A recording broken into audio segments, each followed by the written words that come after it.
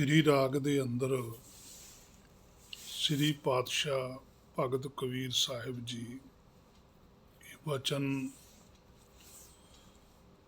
ਜੋ ਗੁਰਬਾਣੀ ਸ਼ਬਦ ਦਾ ਬਖਸ਼ਿਸ਼ ਕਰਦੇ ਹਨ। ਇੱਕ ਓੰਕਾਰ ਸਤ गुर प्रसाद। श्री राग कबीर जियो का एक स्वान कै कर गावण। श्री राग का शब्द है, कबीर साहब जी ने लिखिया, जिस दे अंदर आत्मक उपदेश है। जननी जानत सुत बड़ा होत है, इतना को ना जाना है कि जे दिन दिन अवध घटत है।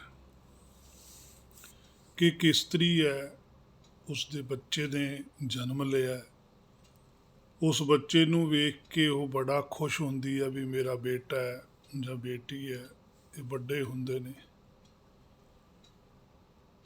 इतना को ना जाना, पर वो कहंदे इन्नी क गल नूं ये जाणदी नहीं, जे दिन दिन अवध घटता है भी ਇਹਦੀ उम्र घट रही है ना कि बढ़ रही है। पर हुण संसार दे अंदर बहुत आत इसे करके ही है कि हर एक माता पिता अपने बच्चों नूं वेख के खुश हुंदे है कि बड़ा हो रहा, बड़ा होके इस तरह करेगा, इस तरह करेगा। पर हुण जिस एंगल तो, जिस दिशा तो भगत साहब कहते हैं वो दिशा होर है। भगत साहबान आख रहे हैं कि जननी जानत सुत बड़ा होता है, वो तो जान दिया कि मेरा बेटा बेटी बड़े हो रहे हैं, पर वो इतना को ना जाने, वो इन्ना नहीं जानते कि यह दिन दिन अवध घटता है भी इसकी तो उम्र घटती है। मोर मोर कर अधक लाड तर पेखत ही जम राओ हसै। वो हुण मेरा मेरा कह के आख रही है कि मेरा बेटा है, बेटी है, भरा है, भैन है, होर इत्यादक सगे संबंधी हैं। अधक लाड तर, बहुत लाड लड़ाउंदी है उहदे नाल, पर पेखत ही जम राओ हसै। बादशाह कहंदे कि जिहड़ा जम है, जम रूपी राजा है, वो पेखदा ते वो हसदा। जिमें चूहा या चूही अपने बच्चों नूं पालदी है, पंछी अपने बच्चों नूं पालदे, बिल्ला बिल्ली वेख के खुश हुंदे है भी साडी खुराक बन रही है। शेर खुराक हुंदा जदों होर जानवरां दे बच्चे पलदे। इसी तरह ही पातशाह कहते एक जीव है, उन्हों पेखत ही जम राओ हसै, कि जिहड़ा जम है भरम है, भरम रूपी राजा जिहड़ा साडे अंदर, वो वेख के हसदा है भी ये आत्मा किन्ना मोह च फस चुकी है। ये माया दे विच ही बड़ा हुंदा देखना चाहुंदा है। वो भरम का जिहड़ा राज है वो इहदे अंदर वधी जा रहा, घट नहीं रहा। ते ये उसे भरम दे विच जीव है जिहड़ा वो हसी जांदा भी मेरे कोल बहुत कुछ है संसार च, संसार दी अमीरी, संसार दे सुख, संसार दी शोहरत वेख वेख के खुश हुंदा भी आ भी मेरा है, आ भी मेरा। पातशाह कहंदे ऐसा तैं जग भरम लाया। कबीर साहब जी कहते हे मना, ऐसा तैं तैं तां यह अपना भरम दे विच सारा ही सिस्टम ला लिया। ये सारा संसार ही भरम च लग्या होया, भरम चों कोई बाहर निकलदा ही नहीं। कैसे बूझे जब मोहिया है माया। हुण भरम चों निकले किवें?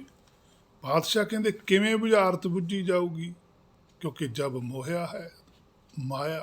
हुण माया ने इन्ना मोह लिया ते निकलू किवें? माया दे नाल ही इन्ना मोह पैदा हो गया कि निकलण दा तां कोई इच्छा ही नहीं। जे इच्छा है भी तो भी माया दी हुई है। ਮਾਇਆ ਚੋਂ ਹੀ ਮਾਇਆ ਨਾਲ ਨਿਕਲਣਾ ਚਾਹੁੰਦਾ ਹੈ। ਜਿਵੇਂ ਅੱਜ ਸਾਡੇ ਸੰਸਾਰੀ ਧਾਰਮਿਕ ਲੋਕ ਨੇ, ਉਹ ਮਾਇਆ ਚੋਂ ਮਾਇਆ ਨਾਲ ਹੀ ਕੱਢਣਾ ਚਾਹੁੰਦੇ, ਕਿਉਂਕਿ ਉਹ ਆਪ ਨਹੀਂ ਨਿਕਲੇ ਹੋਏ। ਮਾਇਆ ਚੋਂ ਨਿਕਲਣ ਵਾਸਤੇ ਨਾਮ ਦੀ ਲੋੜ ਹੈ, ਸੁਗਿਆਨ ਦੀ ਲੋੜ ਹੈ, ਆਤਮ ਸਮਰਪਣ ਦੀ ਲੋੜ ਹੈ, ਭਾਣੇ 'ਚ ਰਹਿਣ ਦੀ ਲੋੜ ਹੈ। ਉਸ ਤੋਂ ਬਿਨਾਂ ਨਹੀਂ ਨਿਕਲਿਆ ਜਾ ਸਕਦਾ। ਪਰ ਉਹ ਸਾਡੇ ਸੰਸਾਰੀ ਧਾਰਮਿਕ ਲੋਕ ਜੋੜਦੇ ਫਿਰ ਮਾਇਆ ਨਾਲ ਨੇ। ਇਸੇ ਕਰਕੇ ਪਾਤਸ਼ਾਹ ਨੇ ਗੱਲ ਲਿਖੀ, ਕਹਿੰਦੇ ਐਸਾ ਤੈਂ ਜਗ ਭਰਮ ਲਾਇਆ। ਪਰਮੇਸ਼ਰ ਨੇ ਨਹੀਂ ਸਾਨੂੰ ਭਰਮ ਚ ਪਾਇਆ ਹੋਇਆ। ਟੀਕਾਕਾਰ ਅਰਥ ਇਹੀ ਕਰਦਾ ਕਿ ਹੇ ਪ੍ਰਭੂ, ਇਸ ਤਰ੍ਹਾਂ ਤੂੰ ਜਗਤ ਨੂੰ ਭੁਲੇਖੇ ਚ ਪਾਇਆ। ਪ੍ਰਭੂ ਕਿਵੇਂ ਭੁਲੇਖੇ ਚ ਪਾ ਦੂਗਾ? ਪ੍ਰਭੂ ਤਾਂ ਭੁਲੇਖੇ ਚੋਂ ਕੱਢਦਾ। ਐਸਾ ਤੈਂ, ਤੈਂ ਉੱਤੇ ਬਿੰਦੀ ਨਹੀਂ ਹੈਗਾ, ਕੱਲਾ ਤੈਂ, ਵੀ ਤੈਂ ਆਪਣੇ ਆਪ ਨੂੰ ਭਰਮ ਚ ਪਾ ਲਿਆ। ਇਹ ਜੀਵ ਦੀ ਗੱਲ ਹੈ। ਜੀਵ ਨੂੰ ਸੱਚਖੰਡ ਵਾਲੇ ਦੱਸਦੇ ਆ ਵੀ ਤੂੰ ਭਾਈ ਆਪਣੇ ਆਪ ਭਰਮ ਚ ਪਿਆ ਹੋਇਆ। ਕੈਸੇ ਬੁੱਝੇਗਾ? ਕਿਵੇਂ ਪਤਾ ਲੱਗੂਗਾ ਤੈਨੂੰ? ਕਿਉਂਕਿ ਜਦ ਮੋਹਿਆ ਹੈ ਮਾਇਆ, ਤੂੰ ਤਾਂ ਮਾਇਆ ਨੂੰ ਸੱਚ ਮੰਨੀ ਬੈਠਾ। ਰਹਾਉ ਦਾ ਵਚਨ ਹੈ, ਪਾਤਸ਼ਾਹ ਕਹਿੰਦੇ ਕੁਝ ਸੋਚੋ, ਆਪਣੇ ਅੰਦਰ ਝਾਤੀ ਮਾਰੋ। ਕਹਿਤ ਕਬੀਰ ਛੋੜ ਬਿਗਿਆ ਰਸ ਇਤ ਸੰਗਤ ਨਿਹਚੋ ਮਰਨਾ। ਸ੍ਰੀ ਕਬੀਰ ਸਾਹਿਬ ਜੀ ਕਹਿੰਦੇ, ਕਹਿਤ ਕਬੀਰ ਛੋੜ ਬਿਖਿਆ ਰਸ। ਕਹਿੰਦੇ ਜਿਹੜੇ ਰਸ ਨੇ ਨਾ ਬਿਖਿਆ ਦੇ, ਮਾਇਆ ਦੇ, ਇਹਨਾਂ ਨੂੰ ਛੱਡ ਦੇ। ਜੇ ਤੂੰ ਇਹਨਾਂ ਦੀ ਸੰਗਤ ਕਰਦਾ ਰਿਹਾ, ਇਤੀ ਸੰਗਤ ਨਿਹਚੋ ਮਰਨਾ ਦਾ ਸਮਝ ਲਈ ਤੂੰ ਮਰਨਾ ਹੀ ਮਰਨਾ। ਕਿਉਂਕਿ ਤੂੰ ਮਰਨਾ ਸਰੀਰ ਨੂੰ ਮਰਨਾ ਮੰਨਿਆ ਹੋਇਆ। ਸਰੀਰ ਜਿਉਂਦਾ ਤਾਂ ਜਿਉਣਾ ਮੰਨਦਾ, ਸਰੀਰ ਮਰ ਗਿਆ ਤਾਂ ਮਰਿਆ ਮੰਨਦਾ।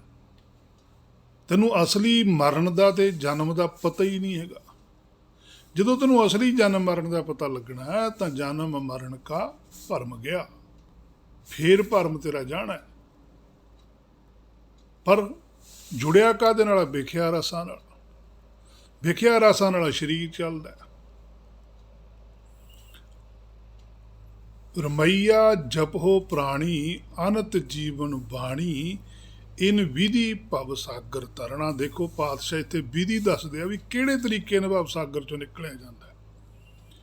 ਰਮਈਆ ਜਪੋ ਪ੍ਰਾਣੀ। ਹੁਣ ਰਮਈਆ ਨੂੰ ਜਪਣਾ ਹੈ। ਰਮਈਆ ਕੌਣ ਹੈ? ਰਮ ਈ ਆ। ਰਾਮ ਹੈ ਜਿਹੜਾ ਸਾਡਾ ਮੂਲ, ਉਹੀ ਹੈ। ਰਾਮ ਹੀ ਰਮਈਆ। ਰਾਮ ਹੀ ਮਾਇਆ 'ਚ ਫਸਿਆ ਹੋਇਆ। ਰਾਮ ਹੀ ਬਨਵਾਸ 'ਚ। ਰਾਮ ਨੂੰ ਹੀ ਬਨਵਾਸ ਹੋਇਆ ਹੈ। ਰਾਮ ਨੇ ਹੀ ਬਨਵਾਸ ਕੱਟਣਾ। ਰਾਮ ਨੇ ਬਨਵਾਸ 'ਚੋਂ ਬਾਹਰ ਨਿਕਲ ਕੇ ਰਾਜ ਪ੍ਰਾਪਤ ਕਰਨਾ। ਰਮਈਆ ਜਪੋ। ਪਾਤਸ਼ਾਹ ਕਹਿੰਦੇ ਆਪਣੇ ਆਪ ਨੂੰ ਸਮਝੋ। ਜਪੋ ਦਾ ਅਰਥ ਹੁੰਦਾ ਸਮਝਣਾ, ਕੰਟੀਨਿਊ, ਲਗਾਤਾਰ ਜਪਦੇ ਰਹਿਣਾ। ਪ੍ਰਾਣੀ, ਪ੍ਰਾਣੀ ਨੂੰ ਆਖਿਆ ਗਿਆ। ਰਮਈਆ ਦਾ ਪ੍ਰਾਣੀ ਕੌਣ ਹੈ? ਆਤਮਾ। ਆਤਮਾ ਨੇ ਆਪਣੀ ਪ੍ਰਾਤਮਾ ਨੂੰ ਸਮਝਣਾ। ਮਨ ਨੇ ਆਪਣੇ ਮੂਲ ਬਾਰੇ ਸਮਝਣਾ। ਜਦੋਂ ਮਨ ਨੇ ਆਪਣੇ ਮੂਲ ਬਾਰੇ ਸਮਝਣਾ ਤਾਂ ਮਨ ਨੇ ਹੀ ਸ਼ੁੱਧ ਸਰੂਪ ਧਾਰ ਕੇ ਆਪ ਹੀ ਬਣ ਜਾਣਾ। ਅਨੰਤ ਜੀਵਨ ਬਾਣੀ। ਕਹਿੰਦੇ ਜਿਹੜਾ ਬਾਣੀ ਹੈ ਨਾ, ਉਹ ਹੈ ਜੀਵਨ। ਉਹ ਜਦੋਂ ਬਾਣੀ ਪ੍ਰਾਪਤ ਹੁੰਦੀ ਹੈ, ਉਹਦੇ ਨਾਲ ਜੀਵਨ ਮਿਲਦਾ ਹੈ। ਜਿਹੜੀ ਗੁਰਬਾਣੀ ਹੈ, ਇਹ ਸਾਡੇ ਮਨ ਨੂੰ ਮਾਰਦੀ ਹੈ। ਜਦੋਂ ਗੁਰਬਾਣੀ ਰੂਪ ਬਾਣੀ ਹੈ ਨਾ ਜਿਹੜੀ, ਇਹ ਸਾਡੇ ਮਨ ਨੂੰ ਮਾਰ ਦਿੰਦੀ ਹੈ। ਜਦੋਂ ਮਨ ਮਰ ਜਾਂਦਾ, ਸ਼ਬਦ ਮਰੈ, ਮਰੈ ਫੁਨ ਜੀਵੈ, ਪੁਨਰਪ ਜਨਮ ਨਾ ਹੋਈ। ਫਿਰ ਦੁਬਾਰਾ ਜਨਮ ਮਰਨ 'ਚ ਨਹੀਂ ਆਉਂਦਾ। ਇਨ ਵਿਧੀ, ਇਹ ਵਿਧੀ ਹੈ। ਪਾਤਸ਼ਾਹ ਕਹਿੰਦੇ ਭਵ ਸਾਗਰ ਤਰਨਾ। ਭਵ ਕੀ ਹੈ? ਅੱਗ, ਮਾਇਆ ਦੀ ਇੱਛਾ, ਮਾਇਆ ਦੀ ਤੜਫ। ਇਹ ਸਾਗਰ ਹੈ। ਇੱਕ ਸੁੱਖ ਸਾਗਰ ਹੈ, ਇੱਕ ਭਵ ਸਾਗਰ ਹੈ। ਤਰਨਾ ਕਹਿੰਦੇ ਇਹਦੇ ਵਿੱਚੋਂ ਤਾਂ ਨਿਕਲਿਆ ਜਾ ਸਕਦਾ ਹੈ। ਜਾਂ ਤਿਸ ਭਾਵ ਹੈ ਤਾਂ ਲਾਗੈ ਭਾਉ। ਕਹਿੰਦੇ ਜਾਂ ਤਿਸ ਭਾਵ ਹੈ। ਹੁਣ ਕਬੀਰ ਸਾਹਿਬ ਜੀ ਕਹਿੰਦੇ ਅਸੀਂ ਤੁਹਾਨੂੰ ਭਾਈ ਦੱਸਤਾ ਦਿੱਤਾ ਵੀ ਭਵ ਸਾਗਰ ਚੋਂ ਪਾਰ ਕਰਨ ਦੀ ਵਿਧੀ ਤਾਂ ਆਹ ਹੈ। ਕਹਿੰਦੇ ਜਾਂ ਤਿਸ ਭਾਵ ਹੈ ਤਾਂ ਲਾਗੈ ਭਾਉ। ਕਹਿੰਦੇ ਜਿਹਨੂੰ ਇਹ ਵਿਧੀ ਚੰਗੀ ਲੱਗ ਗਈ, ਜਿਹਨੂੰ ਇਹ ਭਾ ਗਈ, ਤਾਂ ਉਹਦੇ ਅੰਦਰ ਭੁੱਖ ਵੀ ਪੈਦਾ ਹੋਊਗੀ, ਉਹਦੇ ਅੰਦਰ ਪ੍ਰੇਮ ਵੀ ਪੈਦਾ ਹੋਊਗਾ, ਉਹਦੇ ਅੰਦਰ ਇੱਛਾ ਵੀ ਪੈਦਾ ਹੋਊਗੀ, ਮੈਂ ਨਿਕਲਣਾ ਇੱਥੋਂ। ਭਰਮ ਭੁਲਾਵਾ ਵਿੱਚੋਂ ਜਾਏ। ਕਹਿੰਦੇ ਜਿਹੜਾ ਭਰਮ ਭੁਲਾਵਾ ਹੈ, ਉਹ ਵਿੱਚੋਂ ਚਲੇ ਜਾਂਦਾ। ਹੁਣ ਭਰਮ ਭੁਲਾਵਾ ਕੀ ਹੈ? ਆਤਮਾ ਹੀ ਆਪਣੇ ਆਪ ਨੂੰ ਮਾਇਆ ਦਾ ਰੂਪ ਮੰਨੀ ਬੈਠੀ, ਜਦ ਕਿ ਆਤਮਾ ਸੁੰਦਰ ਸਰੂਪ ਹੈ। ਆਤਮਾ ਦੇ ਕੋਲ ਆਹ ਪੰਜ ਭੂਤਕ ਸਰੀਰ ਹੈ, ਉਹ ਇਹਨੂੰ ਹੀ ਮੰਨੀ ਬੈਠੇ ਵੀ ਮੈਂ ਸਰੀਰ ਹਾਂ। ਇਹ ਭਰਮ ਹੈ, ਇਹ ਵਿੱਚੋਂ ਚਲੇ ਜਾਂਦਾ ਹੈ, ਇਹ ਖਤਮ ਹੋ ਜਾਂਦਾ। ਆਤਮਾ ਨੂੰ ਪਤਾ ਲੱਗ ਜਾਂਦਾ ਵੀ ਮੈਂ ਤਾਂ ਸਤ ਸਰੂਪ ਹਾਂ, ਮੈਂ ਤਾਂ ਖਤਮ ਨਹੀਂ ਹੋਣਾ, ਮੈਂ ਤਾਂ ਸਦੀਵ ਹੀ ਹਾਂ। ਉਪਜੈ ਸਹਿਜ ਗਿਆਨ ਮਤ ਜਾਗੈ। ਜਦੋਂ ਪਾਤਸ਼ਾਹ ਕਹਿੰਦੇ ਭਰਮ ਭੁਲੇਖਾ ਜਾਂਦਾ ਤਾਂ ਉਪਜੈ ਸਹਿਜ, ਫਿਰ ਉਹਦੇ ਅੰਦਰੋਂ ਸਹਿਜ ਪੈਦਾ ਹੁੰਦਾ, ਜਾਗਰਤ ਅਵਸਥਾ ਪੈਦਾ ਹੁੰਦੀ ਹੈ। ਗਿਆਨ ਮਤ ਜਾਗੈ, ਉਹ ਜਿਹੜਾ ਗਿਆਨ ਆ ਉਹਦੇ ਨਾਲ ਬੁੱਧੀ ਹੈ ਜਾਗ ਜਾਂਦੀ ਹੈ। ਜਿਹਨੂੰ ਪਾਤਸ਼ਾਹ ਨੇ ਆਖਿਆ ਜਾਗ ਲਿਹੋ ਰੇ ਮਨਾ ਜਾਗ ਲਿਹੋ ਕਾਹੇ ਗਾਫਲ ਸੋਇਆ। ਉਪਜੈ ਸਹਿਜ, ਸਹਿਜ ਅਵਸਥਾ ਆ ਜਾਂਦੀ ਹੈ ਉਹਦੇ ਅੰਦਰ, ਜਾਗਰਤ ਅਵਸਥਾ ਹੁੰਦੀ ਹੈ। ਗਿਆਨ ਉਹਦੇ ਕੋਲ ਇੰਨਾ ਹੁੰਦਾ ਉਹਦੀ ਬੁੱਧੀ ਦੇ ਅੰਦਰ ਕਿ ਉਹ ਜਾਗਦਾ ਹੁੰਦਾ, ਭਾਵ ਕਿ ਸਾਰੀ ਸੋਝੀ ਹੁੰਦੀ। ਗੁਰ ਪ੍ਰਸਾਦ ਅੰਤਰ ਲਿਵ ਲਾਗੈ। ਕਹਿੰਦੇ ਫਿਰ ਜਿਹੜਾ ਗੁਰ ਹੈ ਸਾਡਾ ਮੂਲ, ਉਹਦੇ ਤੇ ਪ੍ਰਸਾਦ ਹੁੰਦੀ ਹੈ, ਉਹਦੇ ਤੇ ਕਿਰਪਾ ਹੁੰਦੀ ਹੈ। ਕੀ ਕਿਰਪਾ ਹੁੰਦੀ ਹੈ? ਅੰਤਰ ਲਿਵ ਲਾਗੈ, ਉਹ ਆਪਣੇ ਆਪ ਨਾਲ ਹੀ ਜੁੜਿਆ ਰਹਿੰਦਾ ਹੈ, ਉਹ ਕਿਸੇ ਦੂਜੇ ਨਾਲ ਨਹੀਂ ਜੁੜਦਾ, ਕਿਉਂਕਿ ਫਿਰ ਉਹਨੂੰ ਪਤਾ ਲੱਗਦਾ ਵੀ ਮੈਂ ਹੀ ਹਾਂ, ਦੂਜਾ ਤਾਂ ਕੋਈ ਹੈ ਹੀ ਨਹੀਂਗਾ।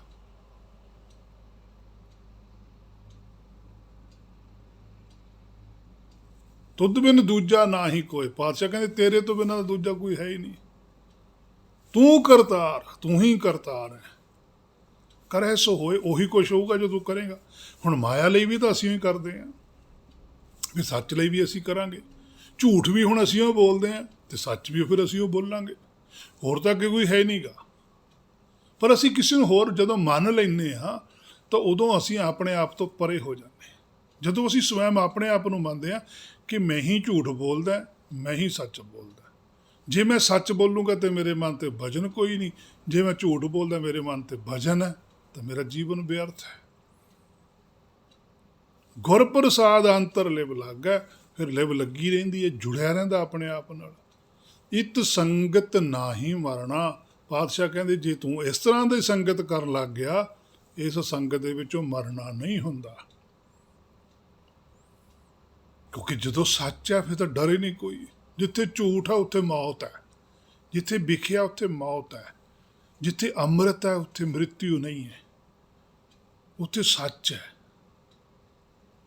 ਹੁਕਮ ਪਛਾਣ ਤਾਂ ਖਸਮੇ ਮਿਲਣਾ। ਪਾਤਸ਼ਾਹ ਕਹਿੰਦੇ ਹੁਕਮ ਨੂੰ ਪਛਾਣ ਲੈ। ਹੁਣ ਇਹ ਗੱਲ ਪਹਿਲਾਂ ਕਬੀਰ ਸਾਹਿਬ ਜੀ ਨੇ ਕਹੀ ਹੋਈ ਹੈ ਸ੍ਰੀ ਰਾਗ ਦੇ ਅੰਦਰ, ਇਹੀ ਗੱਲ ਗੁਰੂ ਨਾਨਕ ਸਾਹਿਬ ਕਹਿੰਦੇ ਆ। ਨਾਨਕ ਪਾਤਸ਼ਾਹ ਵੀ ਇਹੀ ਗੱਲ ਕਹਿੰਦੇ ਆ, ਹੁਕਮ ਬੂਝ ਪਰਮ ਪਦ ਪਾਈ। ਹੁਕਮ ਰਜਾਈ ਚੱਲਣਾ ਨਾਨਕ ਲਿਖਿਆ ਨਾਲ। ਹੁਕਮੇ ਅੰਦਰ ਸਭ ਕੋ ਬਾਹਰ ਹੁਕਮ ਨਾ ਕੋਏ, ਨਾਨਕ ਹੁਕਮ ਹੈ ਜੇ ਬੁੱਝੈ ਤਾਂ ਹਉਮੈ ਕੋਈ ਨਾ ਕੋਈ। ਇੱਥੇ ਲਿਖਤਾ ਖਸਮ ਹੈ ਮਿਲਣਾ, ਤੇ ਜੇ ਹੁਕਮ ਪਛਾਣ ਉੱਥੇ ਬੁੱਝੈ। ਗੱਲ ਇੱਕੋ ਹੀ ਹੈ, ਸ਼ਬਦਾਂ 'ਚ ਹੇਰ ਫੇਰ। ਉਹ ਵੀ ਸ਼ਬਦਾਂ 'ਚ ਹੇਰ ਫੇਰ ਤਾਂ ਹੈ ਸਾਡੀ ਬੁੱਧੀ ਦੀ ਪਰਖ ਹੈ ਕਿ ਤੁਹਾਡੀ ਬੁੱਧੀ ਦੇ ਵਿੱਚ ਕੀ ਪਕੜ ਆਉਂਦੀ ਹੈ। ਹੁਕਮ ਪਛਾਣ ਤਾਂ ਖਸਮੇ ਮਿਲਣਾ। ਕਹਿੰਦੇ ਜਿਨ੍ਹਾਂ ਨੂੰ ਹੁਕਮ ਦੀ ਪਛਾਣ ਆ ਗਈ ਹੈ ਤਾਂ ਖਸਮੇ ਮਿਲਣਾ। ਸਮਝ ਲਓ ਉਹਨਾਂ ਦਾ ਖਸਮ ਨਾਲ ਮਿਲਾਪ ਹੋ ਜਾਂਦਾ। ਖਸਮ ਹੈ, ਹੁਣ ਖਸਮ ਹੈ ਸ਼ਬਦ ਦਾ ਖਸਮ ਨਹੀਂ, ਖਸਮ ਹੈ ਕਿ ਉਹ ਸਾਰੀਆਂ ਜੋਤਾਂ ਜਿਹੜੀਆਂ ਸੱਚਖੰਡ ਵਿੱਚ ਸ਼ੁੱਧ ਨੇ, ਉਹਨਾਂ ਦੇ ਵਿੱਚ ਤੁਹਾਡਾ ਵੀ ਮਿਲਾਪ ਹੋ ਜੂ। ਜਿੱਥੋਂ ਤੁਸੀਂ ਆਏ ਹੋ ਉੱਥੇ ਤੁਸੀਂ ਵਾਪਸ ਪਹੁੰਚ ਜਾਣਾ ਹੈ। ਸੋ ਹੁਕਮ ਪਛਾਣ ਤਾਂ ਖਸਮ ਮਿਲਣਾ, ਉਸ ਖਸਮ ਦੇ ਨਾਲ ਮਿਲਾਪ ਹੋ ਜਾਂਦਾ। ਇਹੀ ਗੁਰੂ ਸਾਹਿਬ ਦੀ ਮਿਹਰ ਹੈ। ਇਹ ਸ੍ਰੀ ਰਾਗ ਦਾ ਪਹਿਲਾ ਸ਼ਬਦ ਸੀ। ਉਸ ਤੋਂ ਅਗਲਾ ਸ਼ਬਦ ਆ ਜਿਹੜਾ, ਉਹਦੀ ਵਿਚਾਰ ਗੁਰ ਕਿਰਪਾ ਦੁਆਰਾ ਫਿਰ ਕਰਾਂਗੇ। ਸੋ ਹੋਈਆਂ ਬੇਅੰਤ ਭੁੱਲਾਂ ਦੀ ਖਿਮਾ। ਵਾਹਿਗੁਰੂ ਜੀ ਕਾ ਖਾਲਸਾ, ਵਾਹਿਗੁਰੂ ਜੀ ਕੀ ਫਤਿਹ।